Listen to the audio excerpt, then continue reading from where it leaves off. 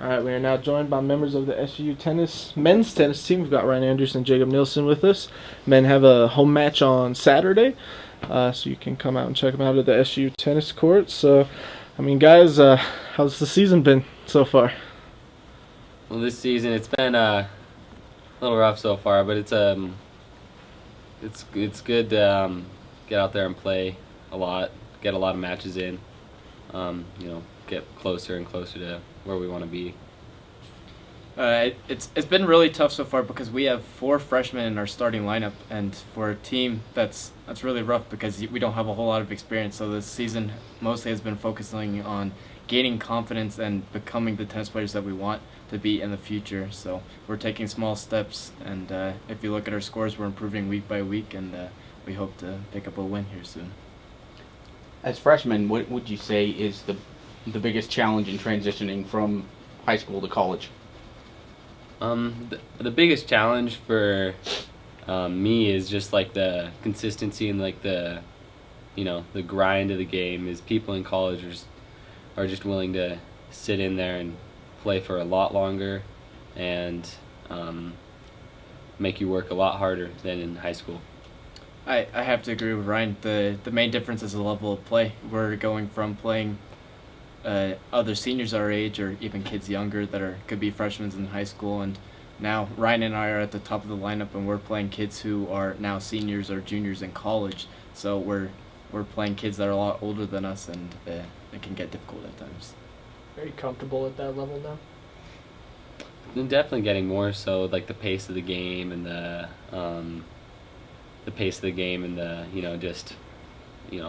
level that it's at. A lot more comfortable just sitting in there and playing with other guys. Yeah, week by week we're learning new things, and we're applying it into our games, and so I definitely think we're getting more comfortable as the season has gone on. You mentioned 4 freshmen in your starting lineup. Where do you guys go for leadership? Who do you turn to? We have the 4 freshmen, then we do have a senior, our team captain. He's he's played all 4 years here that the SUU has had a tennis team, so he kind of knows how things go. We have an assistant coach who's played college tennis and been in college tennis, so we have them to turn to a little bit if we are wondering what we need to do, have questions. I think we also rely on each other, just like the entire team. During our matches, we're always supporting each other, and there's not one time when you're out there playing a match that you should feel discouraged, because everyone, we know that our teammates have our backs, and they want us to succeed, and so we rely on each other to really gain motivation to play. A couple weeks ago, you guys were really close to picking up the first win in school history.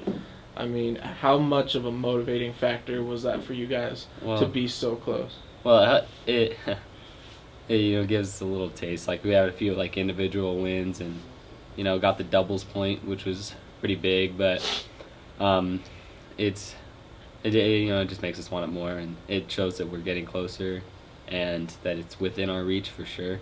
So it just makes us want to work harder for it. It's definitely an eye opener, because after losing week after week, when you finally get that close to winning, you're like, wow, we do have the potential. Tennis is a very mental game, and so to have that mental advantage over someone, and to realize how close we had gotten to that match, that's really boosting confidence. Throughout that meet, what was different in between the 2 weeks? I think the week of preparation we had a good, the weather was good that whole week, so we were able to practice in Cedar most of the week and have good practices. I also thought that the warm-up, the day of the match and the warm-up before the match, we were all pretty focused and more zoned in than even more than we usually are. As Ryan mentioned earlier, that we clinched the doubles point in that match, and we had recently changed the doubles teams, and I think we found a partner that we could finally click with, and I think, like Ryan was saying, that the preparation was really nice, and we had changed some things up, and we were finding a way to make it happen. How much do you freshmen feel like you can grow together moving forward? Well,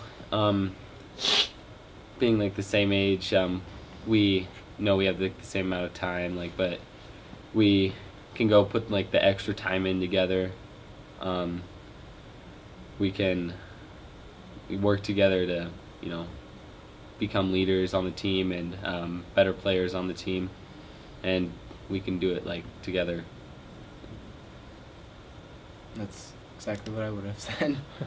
You mentioned it, the transition from high school to college, playing against these high caliber opponents. What are some of the biggest lessons you guys have learned this season?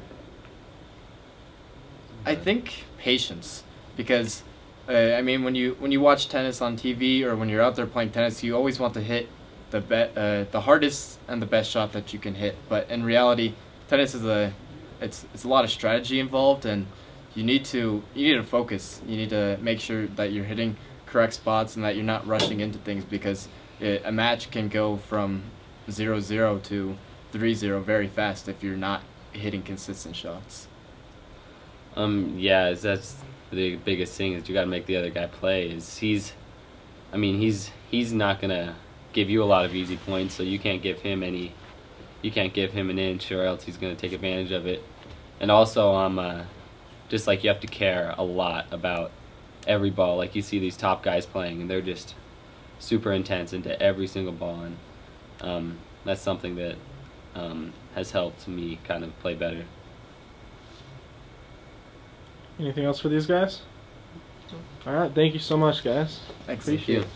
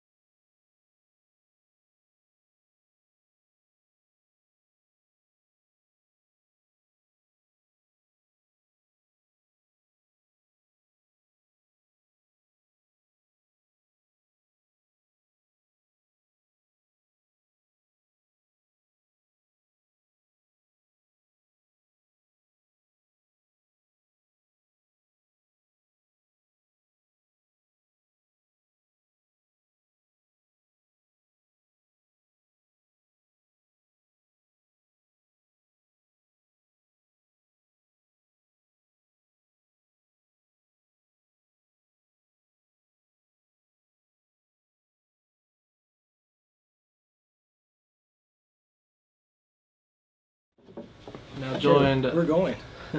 Yeah. We're We're now joined by Jane Marushko, Coach Lamson, and Veronica Rogova from the SU women's tennis team. I know, the women's tennis team has 2 home matches this weekend, and so we'll let Coach go ahead and make a statement, and then we'll open it up for questions. Well, hopefully we have 2 matches. Hopefully. Yeah, this rain might put a damper on it. We're going to try to get in a match Friday against North Dakota, and then we have Dixie coming up on Saturday. So hopefully we can sneak in a couple of matches. Those will be good matches for us. And we're counting on these 2 to really play well like they have been. So you were just talking about it in the hall, Coach. What has made these 2 so successful so far this season? They're just like machines. I mean, they're just. I told Veronica, the way she plays, it's just watching her and watching her consistency. It's just like watching a machine hit the ball. Occasionally, she gets a little upset when she misses, but that's okay, And Jane has improved tremendously this year. They're playing number 1 and number 2, so they're always have really competitive matches. They're really tough matches, and they're both, have won half of their matches already this year. So we have high expectations for them. Right? Right. Okay. You're finishing the season at home. Is that like an advantage for you guys? Or does it matter? Definitely. I think we're tired of playing indoors. Do you like playing outdoors better? Yeah. A lot better, yeah. Yeah. What's the difference, through your opinion? Outdoors and indoors? Mm-hmm. Well, I hit the ball harder indoors, so I like to play indoors just as much as I like to play outdoors, but I don't know what's the difference. We practice outdoors. Yeah, I mean, it's so a big it's- advantage, It's but an advantage to us. So. yeah. And they know how to adjust to different wind conditions, which is important. And Yeah, because Cedar City, yeah. always windy. And As the season sort of winds down, what are you 2 looking for for an end game? What's your goal? Are you looking for conference championship maybe? I think we're out of that. yeah, just to improve as a team, I guess. I mean, I'm a senior, so it's my last season, but like for some, So yeah, that's right. like so you for wanna some go other out, players, like yeah. maybe to make them more confident, more consistent, more competitive. I don't know. I mean, all of us are competitive, but It'd be nice to go out on a winning note. Right? yeah. How about you, Jane?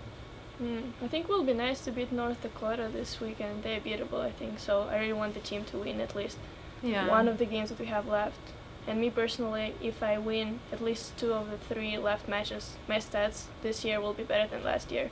So it would be cool to improve my stats.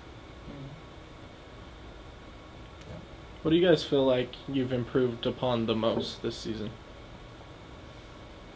I think I've been playing pretty much the same my whole college career. I don't know. What did I? Ask the coach. She's more consistent, I've And- always been consistent. but she handles her emotions a little bit better. Yeah, that's right. I used to hit my racket like all the time. She but doesn't now throw a it's- racket as much as she Yeah. used to. I started getting more aggressive stuff.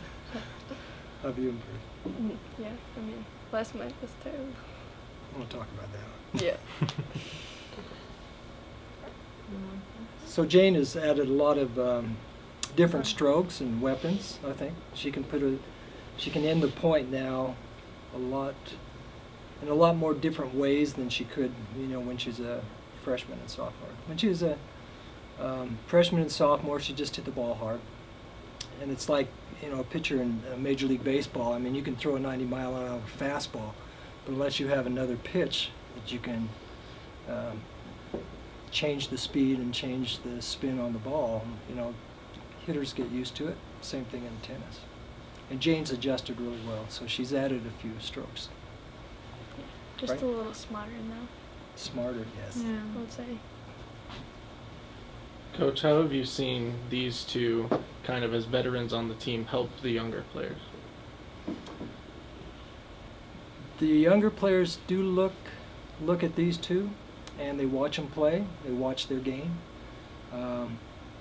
Some of their bad habits, Why did you point at me? they trickle down to the other players, and then I have to correct those. But they have very few bad habits to correct, and so I would say it's a really a good positive thing for the other players to watch these two play and to play with them.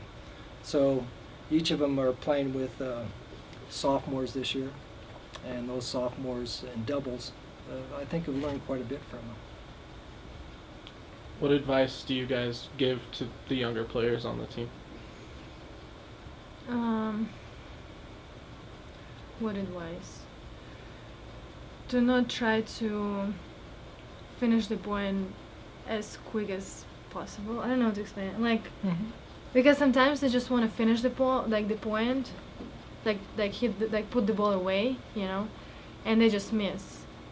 And then I told like all of them, like, just try like to keep the ball in play, and then just wait for your opponent like to miss first, and then Have a little more patience. yeah, And work the point. Have patience. yeah.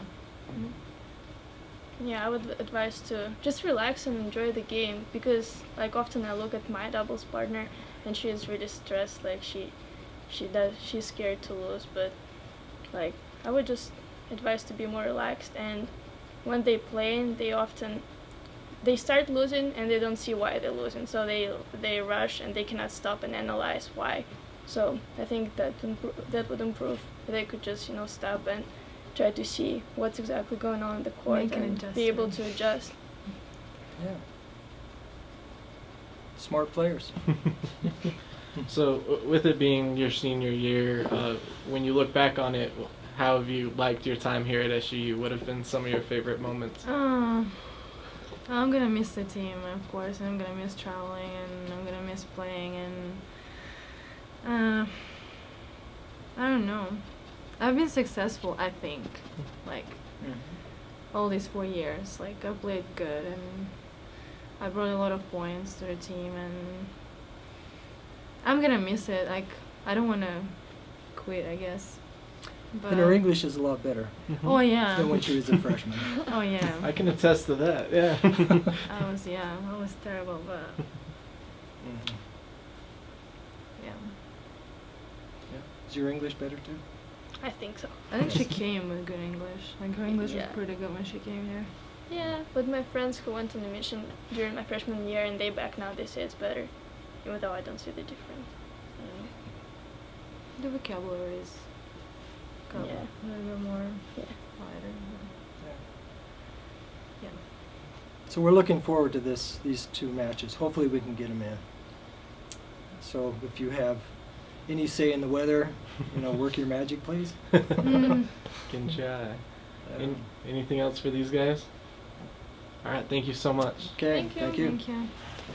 I want to see the pictures good.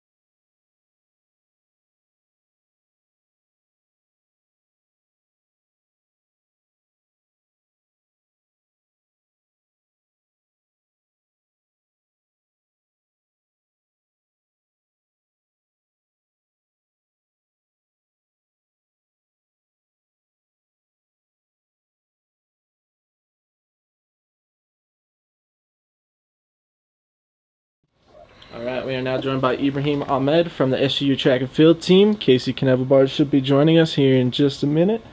Oh, he's here. Go ahead and hop up on here, brother. Too busy getting a haircut? No, I was at weights talking to Marcus right now. Oh, nice. All right. So, both these guys had pretty successful weekends, so we'll go ahead and just open it up for questions. Bryson mentioned it, guys, a pretty successful weekend all around, especially in the 5K. What was working well for the entire team up in San Francisco? I think it had a lot to do with the atmosphere. It was a atmosphere conducive to running fast. We had good competition, great weather in San Francisco as always, and we don't get that many great opportunities quite like San Francisco and Stanford to chase fast times. So, given the limited opportunities, everyone felt extra motivation to come out and do their best. You mentioned the atmosphere conducive to running. What's the ideal atmosphere for you? For me, it's one with competition close to the time I'm chasing. It is one with weather. You can't control weather, but ideally, if it's 50 and very little wind, it's better than what we're accustomed to racing in LA or other races during the year. So it was definitely like I said, it's definitely conducive to running fast. For you guys as a whole, as a team, how much does having really competitive guys on the team help you guys improve your times? It helps a lot. Having guys like Mike Tate and Hayden Hawks, Casey Knevelbard, you don't have to take every single rep in a workout. You can kind of sit back and let them carry you for some of the workout, and you can jump in and lead when you need to as well. So that sort of atmosphere that you have people chasing the same dreams as you are, chasing the same goals, and at a level that you're trying to get to. So, Hayden is an All-American. Mike is, he's a Canadian champion, and Casey, he's a high school California standout. So having the type of guys we have to train with is very conducive to chasing your goals and running fast. Casey, how has it been having a lot of those guys that were just mentioned? How has it been helping you to adjust from high school to collegiate football? Oh, it's huge. It's a big improvement. In high school, I was doing all my training on my own. Didn't really have anyone at my level, and I was from a small school, from a small section, so I didn't really have huge competition all the time. And you come up to college, and it's obviously a huge step up from high school. So having people like Ebe and Mike and everyone that's really just pushing the pace all the time and having such a competitive team atmosphere just raises the bar and the standards and brings the best out of you. That's been huge for me. What are those workouts like for you? Are they pretty fun, loose, or are you guys pretty strict and to the point with your running? They're pretty fun. I enjoy the hard work. The workouts aren't easy, and it's a big step up in mileage for me. And coming to a new program with a different type of training is an adjustment, and it's more challenging. But I enjoy the challenge, and it's a pretty fun time.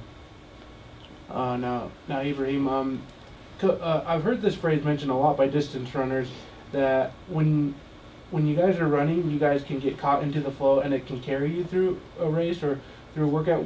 What are you guys talking about when you say that? I think it's just like in workouts, if someone is taking the rep, you do as minimal thinking. You want to waste as little energy as you can. You basically just go with the flow. Don't think. Let your body carry you, and conserve as much energy as you can. You don't want to be thinking about what split you're hitting. You don't want to be thinking about how fast you're going. All you want to do is just conserve energy, go with the flow, and and just let them carry you to a fast time. So in a time trial race, kind of like this week in San Francisco, that's all you had to do is just get on the train of 20 guys on the track and just hang on for as long as you can. Don't think, and just get to the finish line. In an atmosphere where it's like big sky, then you do have to think. You do have to be aware. You have to be alert. You can't just go with the flow. Can it be difficult to kind of push all that out of your mind when you're in a race such as San Francisco, Stanford, whatever it might be? Absolutely. You really do have to, as a distance athlete, you do have to have a singular focus. You have to be, all you're thinking about is your goal, the next lap, how you're feeling, you can't have many distractions, so your focus has to be very singular in that sense. Casey, has that been something that's been a little bit tricky for you to adjust to from high school, or is it something you've been doing since you were in high school? Well, yeah, it's a bit of an adjustment. I've used a bit more tactical style of racing where it's not quite as fast of a pace. So for me, just to get on a grind and a pace, it's a little bit more challenging for me. But it's something that's, you can run faster times that way, and it's smarter and it's better. So it's just for me, adjusting to that has been a bit of a challenge. But I mean, it's better, and that's how you should be running. So. Now, Ibrahim, looking at some of your times from past years, you're significantly quicker than last year's outdoor, about, 20 seconds in the 5K? Yeah, exactly. What's been working a lot better for you this season than in past seasons? I mean, it all comes down to, as any athlete can tell you, is just staying healthy. This is the first year, really, in my whole SUU career that I've had, a couple months of healthy training. I mean, and when you can build up some good consistency, then fast times just happen as a result of that consistency. So definitely I'd attribute to staying healthy. And once you stay healthy, you see success, and it's easier to work hard. It's very hard to, get up at 6 a.m. every morning for a run when, you're injured and you're not running as well as you want. When you're racing better, you're healthy, everything just builds off of each other, and you build that consistency you need to run fast. How for you guys next, is it do you guys have Mount Sac up next, or is there? I saw there's a meet on this weekend. Are you guys going to that one this weekend? We are. It's going to be kind of used as a workout, so coach is probably going to have a bunch of guys doubling up and working on under distance stuff. That way next week in Mount Sac we can come out and really try and chase a fast time there. It's world class fields, are always assembled at Mount Sac, so. Casey, looking at your stuff, you run both like kind of shorter, long distance, like 800, and as well as the longer races. What's the difference like between running such like the 800 meter as compared to the 5K or something like that? They're a bit different with muscle groups and mentally. This weekend, past weekend was the first time me running the 800 collegiately, and I really enjoyed it. I was able to come away with a PR, so I was pretty happy with that. And but back to your question, it's the 800 is more of a sprint, more of a grind. You kind of just go out as hard as you can, and you don't have to think very much. It's not like the 5K where you have to, just relax and sit behind people. You kind of just go all out, and it's over very quickly. Where the mile and the 5K, you got to think about your positioning more and strategically, like who's in front of you, who's behind you, and what splits you need to hit on the laps and that kind of thing. So I know George was at Stanford, George Espino. Has he helped you in trying to adjust to get into that 800 meter race? Yeah, for sure. I mean, George is a huge stud. He's got 48-second 400 meter speed, and we do workouts with him all the time. And he just goes up to the front and pushing it. And George is always a guy that's going to give 110% effort. So being able to train with him has been a huge blessing and definitely helped me out a lot. Anything else for these guys? I think Josh covered it. Thank you, guys. All right, thank you. Thank you.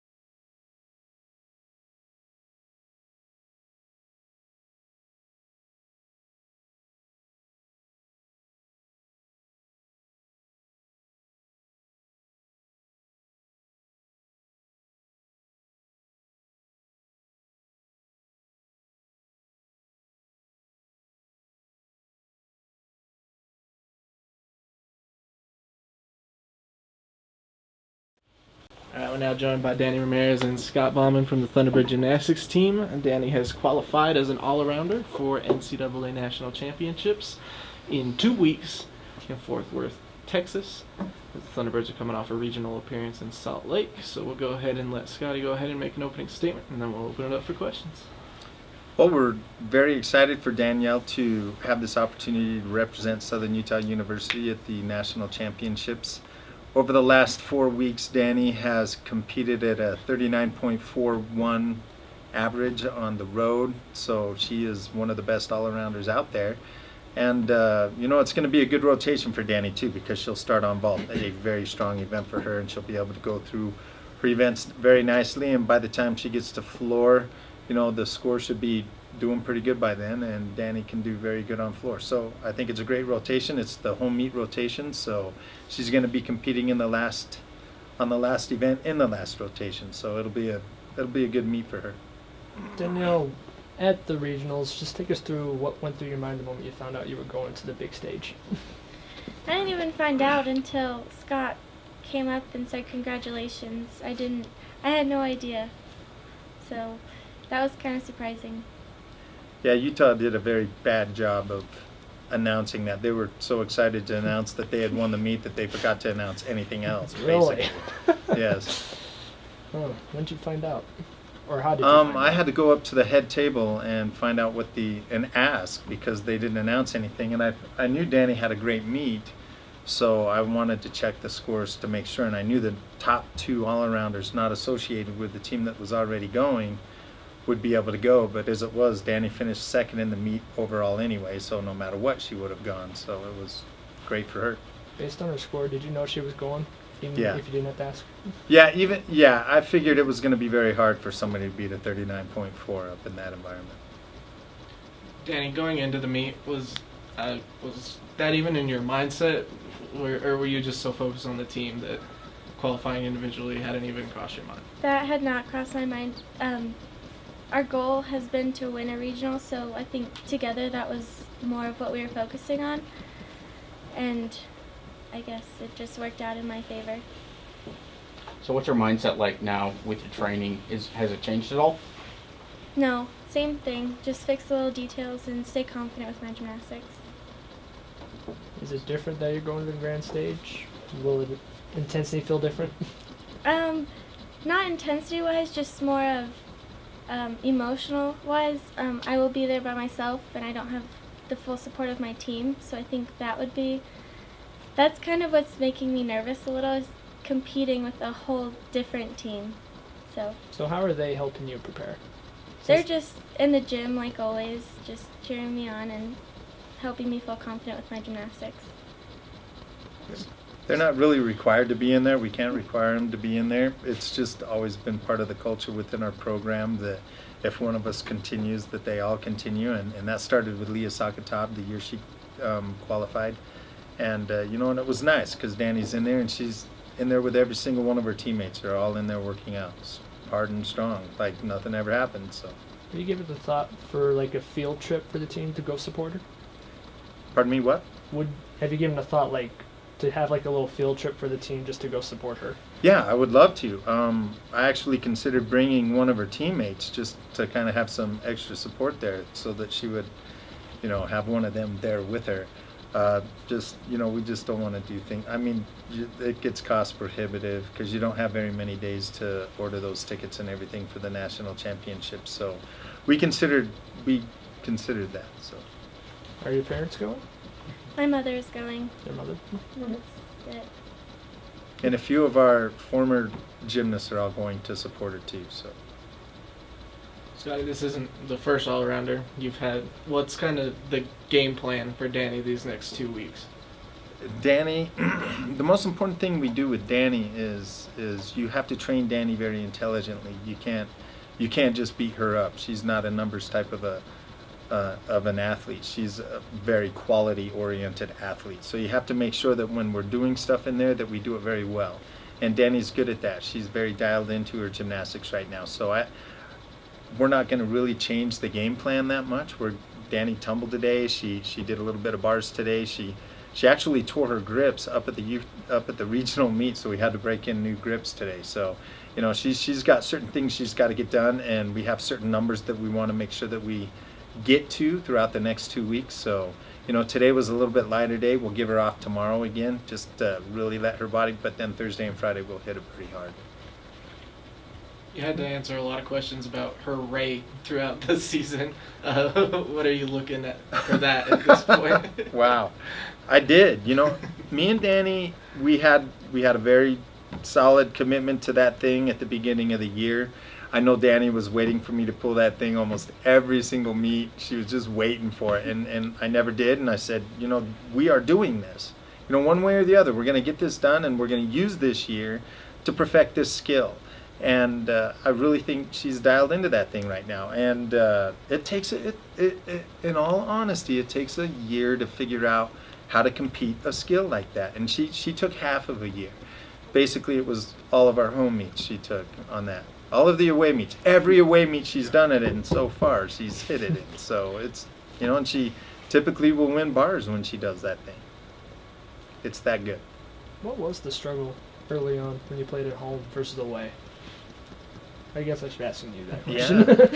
Yeah. I have my theory on it, but what's yours?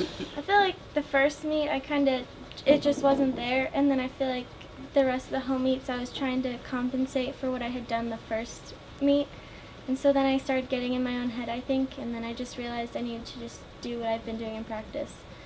By that time, it was too late for any home meets.